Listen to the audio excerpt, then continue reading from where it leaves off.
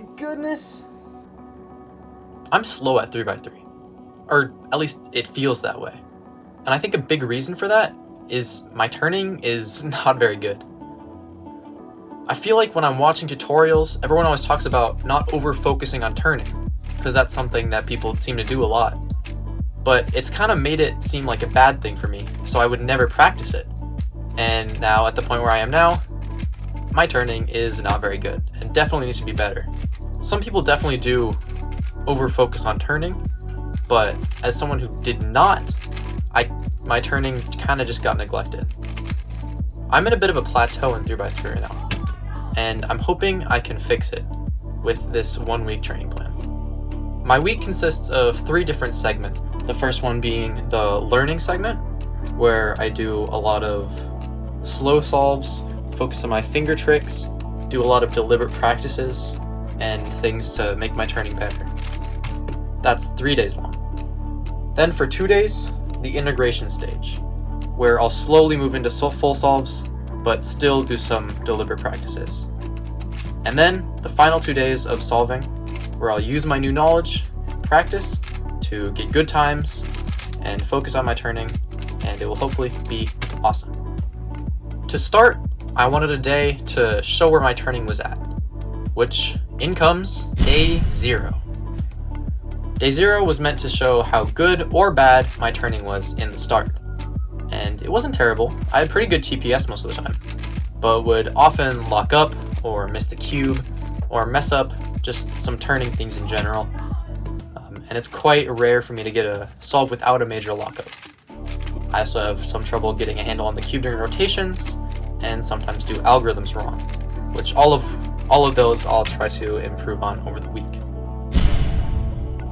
As day 1 was the start of the learning phase, I wanted to make sure I was focusing extremely on finger tricks and turning and everything like that. However, at the start of the day, I decided to slow my cube down because it was really fast. And that honestly might have been one of the most important things I did during this, but we'll ignore that. To start, I reviewed finger tricks just to make sure I had good finger placement and good technique. I also learned some new finger tricks and practiced doing them properly. For example, the F pinch, I would never put my pinky on the bottom, so the cube would not be very stable, and a lot of times the layers would stick and stuff like that. After practicing all those for about 15 minutes, I did some untimed solves just to try to break in these good habits, and also to help me recognize and execute the right cases in real solves.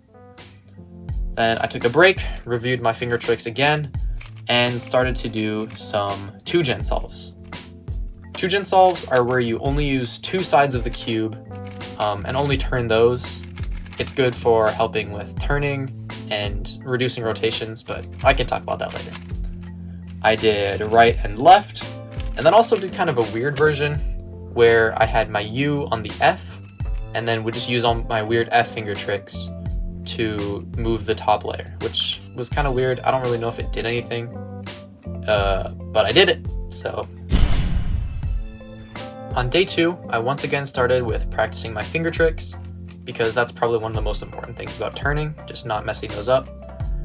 And then I did some 2-gen solves again, not without difficulty, and finally worked on my OLL and PLLs.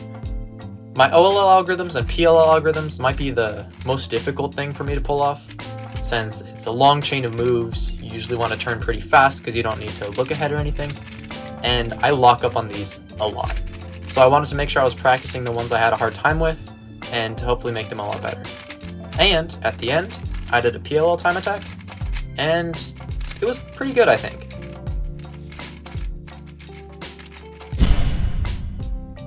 Day 3 was the last learning day. I started off with reviewing my finger tricks, and then worked on some 2-gen solves. Then I reviewed the PLLs that had given me trouble the other day, and for most of the time I did last lot, last layer times. So I would solve the last slot of the cube, and then do the last layer. Which, again, that's to help me with my last layer algorithms, with my look ahead to OLL and PLL, and then also making sure I have to recognize it, which can get my recognition better as well. Day 4 marks the start of my integrate phase. So I would still do deliberate practices, but do a little bit less of those and focus on moving into real solves. To start off day 4, I did not review my finger tricks, but I did some 2-gen solves. Then I started doing a deliberate practice that I learned from Felix Zemdegs, which is where you do 5 controlled solves, then 5 super fast turning solves. Some of these were good, but there were a lot of mistakes, which for the most part is good because I'm developing my top-end TPS, and that'll be pretty beneficial. It also helped with look ahead, which limits me a lot when I'm turning really fast, but hopefully this will be able to help that, and it should all just be pretty helpful.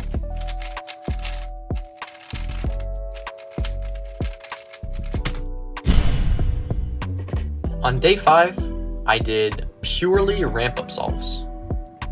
Ramp-up solves are something that I made up, or at least I thought of on my own, where you start with very slow solves, and you really focus on your finger tricks, what moves you're doing, things like that. This is to help prime your brain to turn faster later and make your turning smoother. Next, you go to a slow section, where it's still not as fast as normal, and it's more smooth, but you're turning a bit faster than the slower section, and trying to get a good flow in your solves.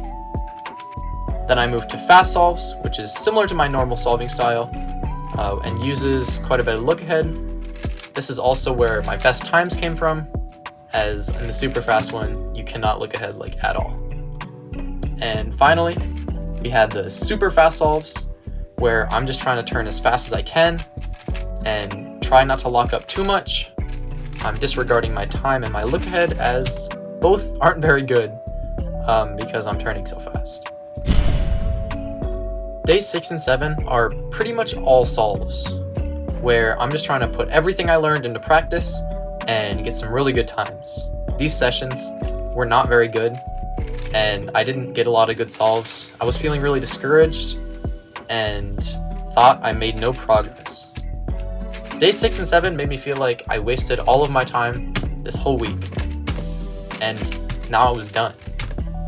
Not wanting to end the week on a low note, I came back one more day to try to get some really good times. And I did. My turning was feeling better than ever, and I started to think I'd really made some progress after all. But that thought wasn't confirmed until just a little later, when this happened.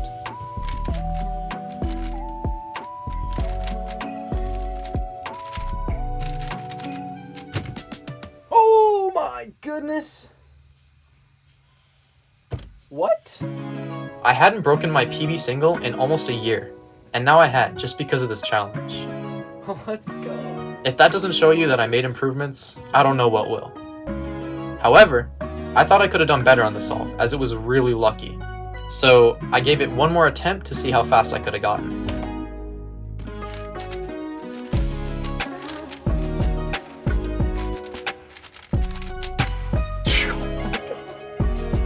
So, do I think doing something like this is worth it? Well, yeah. I made a lot of improvements to my turning, felt more comfortable with the cube, and even got a PB single. Obviously, I didn't make huge, massive improvements, because it was only a week, but this is definitely a really good start, and puts my turning on the right track. I definitely learned a lot from this, and if you want to do something similar to it, I definitely recommend it, and I think you can get a lot better from it. Anyway, see you guys, and make sure to keep improving.